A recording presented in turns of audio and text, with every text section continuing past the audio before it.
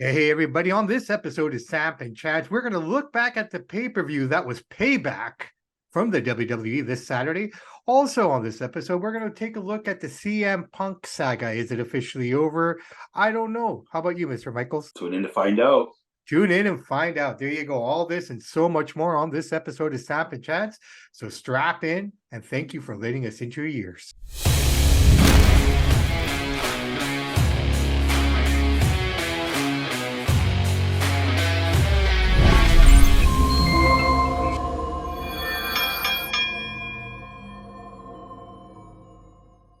Hey, everybody. Welcome back to another episode of Samp&Chance. I am your host, Bobby Sampson. Joined with me with the master plan, as always, Mr. Chance Michaels. Chance, how are you, buddy? I'm doing good. Yourself? Can't complain, man. It's the day after Labor Day, I guess. I guess we're back into our official routines. Kind of sad, but kind of glad. Kind of just to get things back to normal. But yeah, it's good. First day of school. How are the kids? Everyone happy? Yep. They had a good day. So good weather out. Nothing to complain about. Nothing to complain about. Well, we might find some things to complain about as we go along here. So why don't we get right into it, brother man? The Payback pay-per-view happened this weekend. Let's get right into it, man. The show started off with Becky Lynch against Trish Stratus. I will say this right off the bat. Wow. Like, okay, Trish won for her age, for the bumps that she took, and it looks like she took the worst of it with that knot on her forehead. Just really hard hitting. I think I was just more surprised by what Trish was willing to do in this match. Yeah, people always talk about her age, and she is old. She's almost 50, but she's young in the sense that she took all those years off. She hadn't had a bump in so long, so her body's still fresh, right? She's 15 years. She didn't take a bump, whatever the time frame she's out, so she's still fresh. Yeah, it was a good match. Good way to open it up. She did well. She looks great, performs well. Crowd was into it. No, definitely solid, good opener. No, it was a solid good opener. I mean, you had your spots, off the top of the cage, off the top ropes. So that's what was amazing me, right? Like I expect that from Becky only because she's been around long enough to know what's going on. But I would bet you Trish is way more fresh than Becky is because Becky's constant in the bumps, right? Well, when I talk about being fresh and what have you, it's talking about Becky being used to it. Her body's used to it, right? She's used to the grind. She's used to the match. But she's also more beat up. But she's more beat up. But Trish, at the same time, those bumps have to hurt, right? I mean, it looks like she put a lot of effort into it. At the end, she kind of lost her alliance with Zoe Starks at the same time, so that's a good way to kind of write her off the TV for a while. Yeah. So that kind of played right out there. Here we go. John Cena, the host of this show. I want to talk about that a little bit later because I read some interesting things about this. So Cena comes out, he's the host, and The Miz comes out, and Cena's playing funny Cena here, trying to piss off The Miz, and does a successful job. He is the guest referee for the LA Knight Miz match. I thought it was an okay match. I thought John Cena played his role really well. LA Knight getting the win. But here's my only takeaway from it. If you're trying to build up this guy, he needs to win clean. He needs to win it was talked about on Raw last night. And exactly what I was thinking, like, okay, you got to have just a regular referee, a regular match, beat The Miz that way, opposed to having all the gimmicks and everything. Like everything LA Knight has done up to this point is being very gimmicky with a lot of the victories coming through the gimmick, right? I like to see him get the. He is a gimmicky guy. Right? He's a 40-year-old guy just catching fire now. So I get why they put John Cena in there. Because it puts the match over a bit more, gets you more excited about it, gets you talking about it more, which we are doing. You're more likely to be excited for that match with John Cena in there. They're obviously going to work a program with John Cena and Miz. Maybe LA might have a three-way match or something like that. So I didn't mind it. I know what you guys are saying, the win clean, but I think they're thinking like this guy's 40. He's finally getting his break. Does it really matter? He got the win. I don't think the average Joe cares. He win. They love LA Knight, and away we go. They won't even think about it again. So I see it. Yeah, no, W, right? I know what you're saying, though. Yeah, well, I'm just looking at it from that perspective. Like, I like to see LA Knight probably win a match in a different perspective. Like, no gimmicks, no hardcore, nothing. Just straight up pinning a match, right? Like, I'm sure he's done that, but I like to see him do it against more upper echelon quality opponents. All right, let's move on here. So when I looked at this match, and I really thought that Austin Theory was, probably scheduled to win the title back here and carry on sort of a deal and then start his feud with Santos Escobar, like I said. But as soon as I saw that Cinnamon Toast Crunch was sponsoring the match, I realized that Ray was probably going to win, and that was how it played out. Both guys looked really good. It was a solid match. I mean, let's Good just call it match. what it was. But what do you think? What do you think they're doing with Theory here? Do you think he needs the title, or I have a feeling Well, him he and shouldn't. I don't think Grayson? he should be losing to a guy that's old enough to be his dad. Don't get me wrong, Ray is a legend. Like, he still works amazing. He's quick. He's awesome. But should be losing to guys 25 years older than him that doesn't need a belt? I don't think so. I've been noticing something about these shows lately. They've been very predictable, too obvious. There's no surprises, and they need better writers. They need better creative people in place. It's not just one guy. They need a whole team. I'm not sure what they're doing. I don't think they know what to do with him. So just kind of throwing stuff at the wall and seeing what sticks. But for him to lose to a guy 25 years older than him on the downside of his career when he's supposed to be going up makes no sense to me. And Ray's an all-time great. Don't get me wrong. I ain't knocking him. The guy's amazing. He still works amazingly out there, but I don't understand it. No, that's fine. I get it. I get it. I mean, I think him and Grayson Waller are gonna have something going as a team, as a duo, something. I just have a feeling. I just have a feeling this. There's something there. I don't know what it is, but I just have a feeling they're just going to go in this direction for a little while. I'm not sure what they know. They even know what to do with him right now. They don't. You right? can tell. So it's erratic booking. But here's the beauty of it. He's young. Get into your reps, learn your thing, and I'm sure they're going to figure it out. Eventually, you got to give him the keys and let him drive it. If he fails, he fails. But give him a chance. Of losing to old man. Well, no, give him time. Let's see what happens here. But I mean, I don't think they're gonna, completely lose complete faith in him. But let's see where they go with it. Let's see. WWE needs some new creative people in there. I think they need some more, instead of hiring guys out of school and stuff, get some guys, some more creative people that add a little flavor to the show, because all these papers are so predictable. You always know who's going to win. You always know who's going to lose, and that's getting mundane. Spark the show up. With the merger now done and all that kind of stuff in place, maybe we'll start to see more hires and stuff. They haven't hired anybody, right? So anyways, you keep talking about surprises and you keep talking about fucking wow moments. Well, I guess this was the match that gave us that moment. I didn't see this happening in any way, shape, or form. Steel City Street Fight for the Undisputed Tag Team Championships. Owens and Zayn against Judgment Day's Priest and Balor. Priest and Balor take it, man. I was shocked by that. I did not see that victory happening. I really didn't. I wouldn't call that a wow moment. I didn't think they were going to win either, but I wouldn't think it's like super crazy upset. It was a good match and a lot of good bumps, a lot of good spots. But I thought it was exciting. I don't understand why we have 2 Raw belts and 2 SmackDown belts. They'll merge them as one. I don't get. I'm sure they'll do that at some point here. Yeah, well, there's too many belts. I don't know how to argue that with you, man. I don't know what to say to you about that, but solid match. I thought it was really good. It took all members and aspiring members of the Judgment Day to get this done. Dominic played a big role tonight, man. He played a lot. Like, I mean, they won the titles because of him, right? Yeah. So ultimately, at the end of the day, him and Mommy Mommy's calling the shots, and he's doing her bidding. Interesting. I wasn't. The one thing I took away from this match that I thought was really interesting, that the fact that JD McDonough was out there, these guys win the titles, but not a single cut on him at all, right? Like, normally they would show him standing outside the ring as they have weeks leading up to this. But very interesting that he was not shown at all, even though he was out there trying to help them and whatnot. And if you guys haven't seen Monday Night Raw, he came out and presented Damian Priest with a new briefcase, a purple one that says Senior Money in the Bank. So he's in the next couple of weeks, I guess he'll become a full-fledged member here. But yeah, no, I mean, I was just shocked because I didn't think it was a good match. I mean, it was really good. A lot of good spots. I thought these guys were going to go into a feud with the Street Profits, just the way they were kind of setting that up, at the end of SmackDown. But for them to lose, it makes sense, I guess, because Kevin Owens wasn't on Raw, so whatever he's ailing from, he's still not 100%, So it makes sense. Take it off them, see what they do. But yeah, speaking of Judgment Day, let's get right into it. We get into Rhea Ripley versus Raquel Rodriguez, the 2 powerhouses of their division. Good match, back and forth.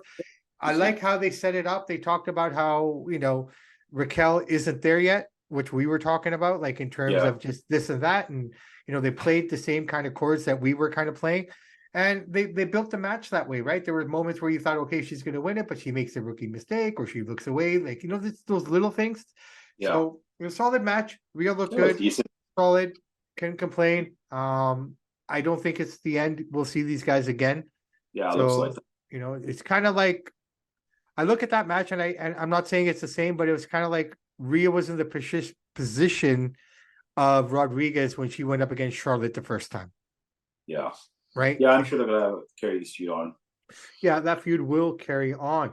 All right, World Heavyweight title match, last match of this card. Seth freaking Rollins against Shinsuke Nakamura. I love the build up to this story, man. I mean, now they let Shinsuke go a little bit, a little darker, a little edgier, and talking about the back and just the way he played it. I mean, whispering in his ear. The storyline was really good. The build up was good. The match was great.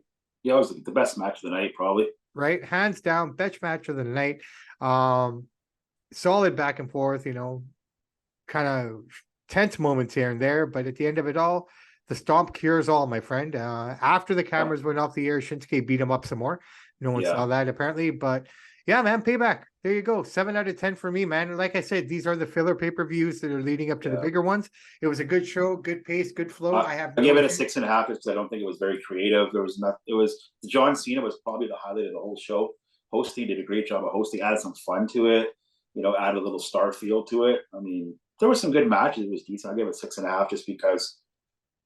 Yeah, it was nothing exceptional, but not bad. Definitely enjoyable. Yeah, no, it was really, really fun. So John Cena is back. He's going to be fighting on a special card in India, which is really interesting. He's never fought there before. So I did some digging. And you know what the top 4 markets for the WWE is? What's that? United States, India's number 1, or sorry, India's number 2. And I believe the other 2 are rounded up by us here in Canada and the UK. Yeah, makes sense. So that show that they're doing in India, they did this last year as well. We didn't hear much about it over here, right? The stadium itself only holds 5,000 people that they hosted in. So you have 5,000 live fans. But within India, 30 million people watched it on TV. Yeah, I can see that. I mean, so many people there, right? And it's entertainment. People love entertainment. It's like pretty much the entire population in Canada tuned in to watch that one show. Yeah. Right. So they always do well in India. They do big numbers there. Just to let people know, this is why they push certain characters, right? Like we've talked about it before, man. But this is like 30 million people tuning into a one-off show in India, right? I mean, yeah. So that just goes to show why they do things the way they do it, why they gear certain characters the way they do. Yep. It for us out here in North America, we're only seeing what we see, right? But I mean, think about it. That show's being shown live around the world, and with the technology that we have, I can watch Raw on Indian sports channel, which is kind of fun. Like you get their spin on it, and they have their after Raw show and stuff with their own people. You know what I mean? So it's really interesting. Really, really interesting. WWE is a monster machine, and Vince McMahon is an absolute genius for creating all of this and taking it international. When we say WWE is international, they're everywhere. They're global. India, England, Japan, in the country, Costa Rica. Absolutely. There we go. Okay, so CM Punk got fired. He legitimately, they finally released him. I think Jack Perry's getting off a little too late here, though, man. Jack Perry maybe was out of line a little bit, but at the end of the day, CM Punk needs to learn how to control himself. He keeps having incidents, keeps fighting. So Jack a young, brash, annoying guy? Sure, probably is. That's no reason for CM Punk to do what he did. He needs to control himself. No. But at the same time, I think guys know how to get to him too, right? This is what I'm trying to get at. Like, right. But I mean, at the end of the day, just like, why would Perry have to make that comment on live TV about real glass and stuff? Like, he's pushing buttons, right? I'm not saying you're wrong in any way, right? I'm just trying to bring light to the other side of the story here. Everyone's shitting on Punk, everything, this and that, right? And he deserves most of it, absolutely. I'm not saying he doesn't. I mean, we've talked about it before. He's at that stage in his career where he should be the responsible one and know his cues, right? He's always like how to talk to the younger talent. You are in that position now where you're the elder statesman and you have to set the standard for everyone. If you're going to be a dick, everyone's going to be a dick to you, right? But you're dealing with a bunch of, that generation of wrestlers that don't have that same level of respect as the old school guys do, right? So, Jack Perry has a lot to learn, and I hope they, they figure something out. Like I think Bubba Ray said it best on Busted Open Radio when he talked about him. So like he's a brash, you know, Mhm. uneducated in terms of the business and everything like that, like his attitude and stuff. And it only comes with age, right? Like he should know better too. You can see That's the same thing about CM Punk though. no, but that's He's I said that educated, but already. he's a loose cannon, right? I've said that already, right? I said he should know better. Absolutely. There's no And he's already doubting. had, Tony Khan gave him a chance already. The fight with the Young Bucks and Omega. You had the one chance. You were told, don't put your hands on anybody. Pick up your game. Get to work. He can't do it. He cannot function properly. Even if Jack Perry deserved what he got, Punk should know better. You're almost a 50-year-old man, dude. Not He's disagreeing with angry. you. He's hateful. Not And we don't disagreeing. know the other stuff that Punk does. He walks around with a smug attitude. He's the coolest. He's smarter than everybody. He's the smartest guy in the room. And it rubs people the wrong way. So yes, Jack should have done what he did, but we don't know all the other behind the scenes stuff of Punk maybe walking by him, shoulder checking him. The guy is not a good guy. The only one guy that ever seemed to keep Punk in line is Vince. The only guy that CM Punk seems to respect is Vince. They have a good relationship. They're buddies. Other than that, Punk doesn't seem to have much respect for anybody. He'll maybe come in WWE one day for a couple matches, but or maybe he'll go to Japan. I don't know, but he'll wrestle again. He loves money. He'll tell you that he doesn't. He dresses like he's poor because he thinks it's cool, but he loves his money, and we'll see him again somewhere. He's not done forever. He'll be back. Well, is it time to come home? I wouldn't bring him home, but I can see Vince doing it. Him and Vince got a good relationship. It's Triple H and Punk that don't like each other. But No, Vince and Triple him are H, close. right? But like you said, and you mentioned this time and time again, the story's already built in. If there was a time, if there's an opportunity to do it, this would be this time, to start rolling that. I'm just saying, look, man, I agree. If he goes home, like you said, that's the one place he'll be controlled. Yeah, he won't play any of that crap. He wouldn't do that crap. And if he's coming back, he knows he can't get away with that crap. And I think right? in the back of his mind, he's probably like, he appreciates, Vince WWE more now that he's seen how AEW is run. He's probably like, damn, it wasn't that bad over there. Well, there's a rumor that potentially in December, there was talk that he was looking to get out of his contract because he wanted to come back to be a part of WrestleMania. He wanted to have a feud with Kevin Owens. That's what he wanted to do. That's what he was saying. They have history in Ring of Honor on the indie scene, and, he really wanted to work with him. So that never happened, obviously. But like I said, now that he's completely free, I mean, what's stopping him for not coming back and getting, like, really at the end of the day? I'm not sure, does he have a no complete clause or no? So no, he's fired, man. He's complete release, right? I mean, if there is an incomplete clause, I don't know if you can do that if you get canned. Because I think so. There's things in there where if you get fired for 36 days, but eventually he can come over. Right. But if they terminate the contract themselves and he doesn't terminate the contract, I don't know what the wording is, but I mean, if anything, there might be a 30-day complete clause, which is probably fine anyways. But yeah, no, that's kind of. He might show up. He might. Vince might have already talked to him for all I know. They are friends. Yeah, well, like I said, at the end of the day, we don't know, but I have a feeling this could be it. This could be something that could work out really well. And if they plan it properly, this could be that match. I mean, Punk's looking for his WrestleMania moment. Well, here you go. WrestleMania 40 in Philadelphia. You and Triple H. Promos that him and Triple H can rip on each other, dude. They're going to be great. Freestyle it. And both guys are great on the mic, right? So we're get an old school rivalry with really two mic masters. And I think the match could actually happen even. I mean, Punk, they could do it like Hogan and Vince or like Bret exactly. It's just light work, right? Yep. Nothing hard, nothing heavy. I don't think, as long as he's not taking any major bumps, he stays on his feet, he'll be fine. Yeah. Just throw punches and kicks. Match. This is all about the story here. The match is okay, secondary. But the promo, right? Absolutely. So I think that'd be really good. All right. Just come across my wire, SmackDown. So I guess after post Payback, they released their new internal rosters of who the number one baby faces on each brand is going to be, and the heels are going to be, etc. So as it stands right now, I don't know how you're going to feel about this, but they're marking LA Knight as the number one baby face on SmackDown currently. Makes sense. And within the next little while, and we've been saying this on here for a while, but Bobby Lashley, Street Profits are going to go full heel. Probably on the next episode here. So they're listed as the top. I don't know what the Raw scene is yet. I haven't seen it, but that's kind of where that is. What else do we got here? What about you, Chance? What are your thoughts on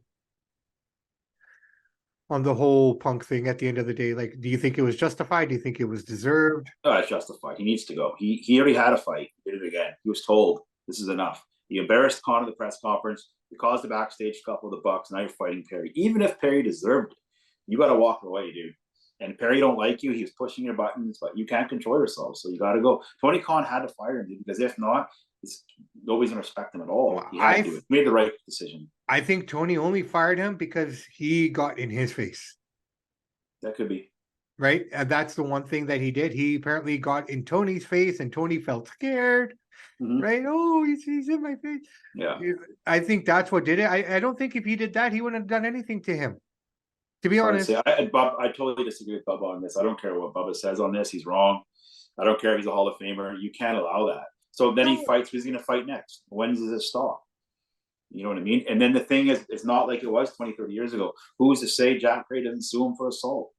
You got all these other legal problems that people aren't thinking about, right? No, nobody's saying what Perry did is right, but you can't put your hands on people like that, man. Especially in the world of wrestling. No, for sure. You know? Merch so good sales. for Tony Khan for finally taking some leadership and stepping up and letting him go. Crazy. Well, here's the one thing I will say.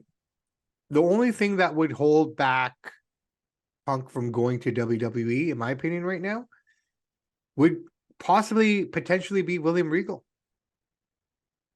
Yeah, but William doesn't have final say though. No, I know what you mean, but apparently Punk actually went after him too at one time when he was there. Yeah, they have beef. Right? But at the end of the day, William Regal doesn't decide who comes in and who comes out. No, but I'm sure he has some influence a little bit. He's got a high position up there. Him and Triple H are tighter than tight, right? I mean, yeah, but it doesn't matter. They're not owners. They're not bosses. They may tell you you're going to wrestle this guy, you wrestle that guy, but coming in and coming out, that's up to Vince and Artie. They make the decisions, and if it's good for business, Vince is going to do it, whether William Regal or not. Yeah. Well, I'm just saying that's just something I thought could be an interesting point.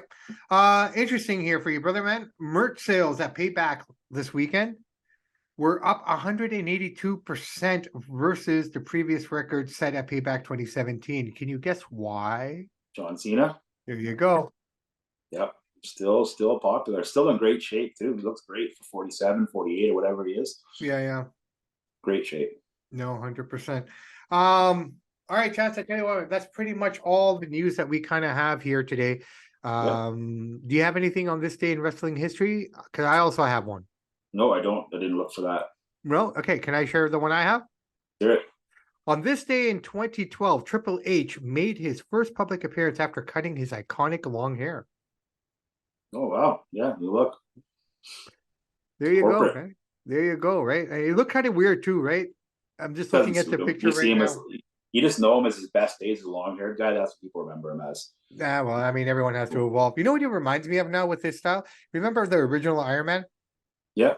The bad guy, the guy with the cigar and everything with Tony? Yeah. Him. He reminds me of that guy. Who's he? What's that guy's name? Bo. I don't remember. What was Triple H saying? He doesn't want Shane McMahon to come back. Was that real or is that made up stuff? I don't know if that's real or not, but I put it up there because I thought it looked cool. Triple H is basically. But I've seen that floating on a lot of sites. That sometimes these guys make up stuff. I don't see him saying that about his brother-in-law. Maybe it leaked out. Look, I mean, the way Shane left the company and the way he got fired and all that stuff because of all the nonsense that he pulled at that Royal Rumble. Mm-hmm. Maybe there is some bad blood and maybe it slipped out and someone heard it. But the thing is, if that is true that he's saying that, at the end of the day, dude, you can go because it's not your company, and they'll mark. They were great without you. He's not doing a bad job, but they'll be great with you or without you. The machine rolls on. So if you're gonna talk like that, where else are you gonna get paid to do what you do when your father-in-law is the owner, and you're gonna diss on his son? You got to be careful with that. Yeah, that's the McMahon family business. It's not Triple H's business. I think the old man disses on the son too, but I don't know if it's true or not. I know. I'm just saying though, you need to be careful. If it's true, I don't know if it's true. I don't see Triple H saying that. I think he's smarter than that. Even if he's thinking that, I don't see him saying that. But maybe he did. I don't know.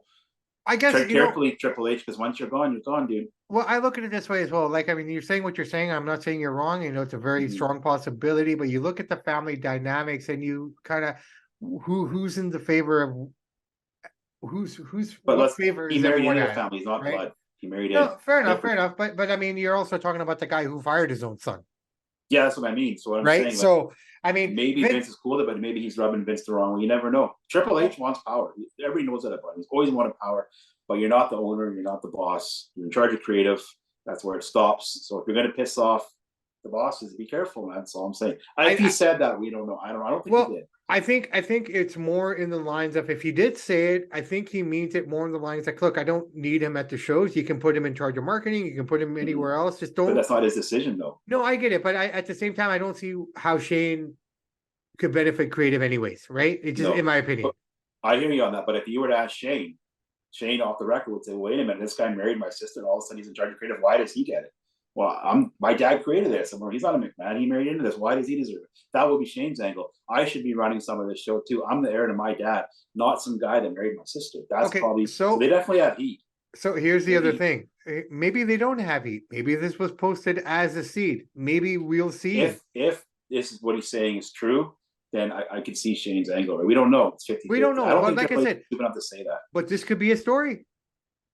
Right. Could be real. Like I said, we don't know. We don't know. It could be anything, right? I mean, my mind's just kind of spinning right now. I'm thinking, okay, I thought about Punk. What if fucking Shane brought Punk back? And they come in together. Yeah. Say, oh, you married, to the family, blah, blah, blah, like sense. you're saying. I mean, if Vince can't be there, per se, bring Shano in. Representing him, like saying, hey, you guys kicked me out of the business, blah, blah, blah. Well, guess who I brought? Right? And here comes Punk, and those two kind of work together. Yeah, I know. I'm just saying. Good, yeah. It's hard to say in the world of wrestling. You don't know what's real and what's not. That's why it's pro wrestling, right? Well, that's why we watch it, right? That's why we tune in. That's why we tune in. All right, Chance Michael, why don't we wrap this puppy up here and call it a day? Great weekend ahead. I don't think there's any shows or any pay-per-view, so we're just building up to the next one, which should be. What is the next one? Do you know? I don't even know the name of it. I'm not even sure, to be honest. Is it Fastlane? I can't 100% say okay. For sure. Anyways, I think it's Fastlane. If we're wrong, please correct us. Everyone out there, anyone who stayed and listened to this entire show, we thank you so much. Please subscribe, hit the notification buttons, do all that good stuff for us. That's amazing. But yeah, we'll wrap it up here, brother. On that note, my name is Bobby Sampson. He's Mr. Chance Michaels. And in the words of the great AC/DC, those that download, like, and subscribe to the podcast, we salute you. We do salute you. And in the words of Ed Whalen, in the meantime and in between time, that's it for Samp&Chance. Everyone, have a great, great rest of your week. It's a short week, but have a great one anyways. And we'll see you guys on Thursday. Samp&Chance out.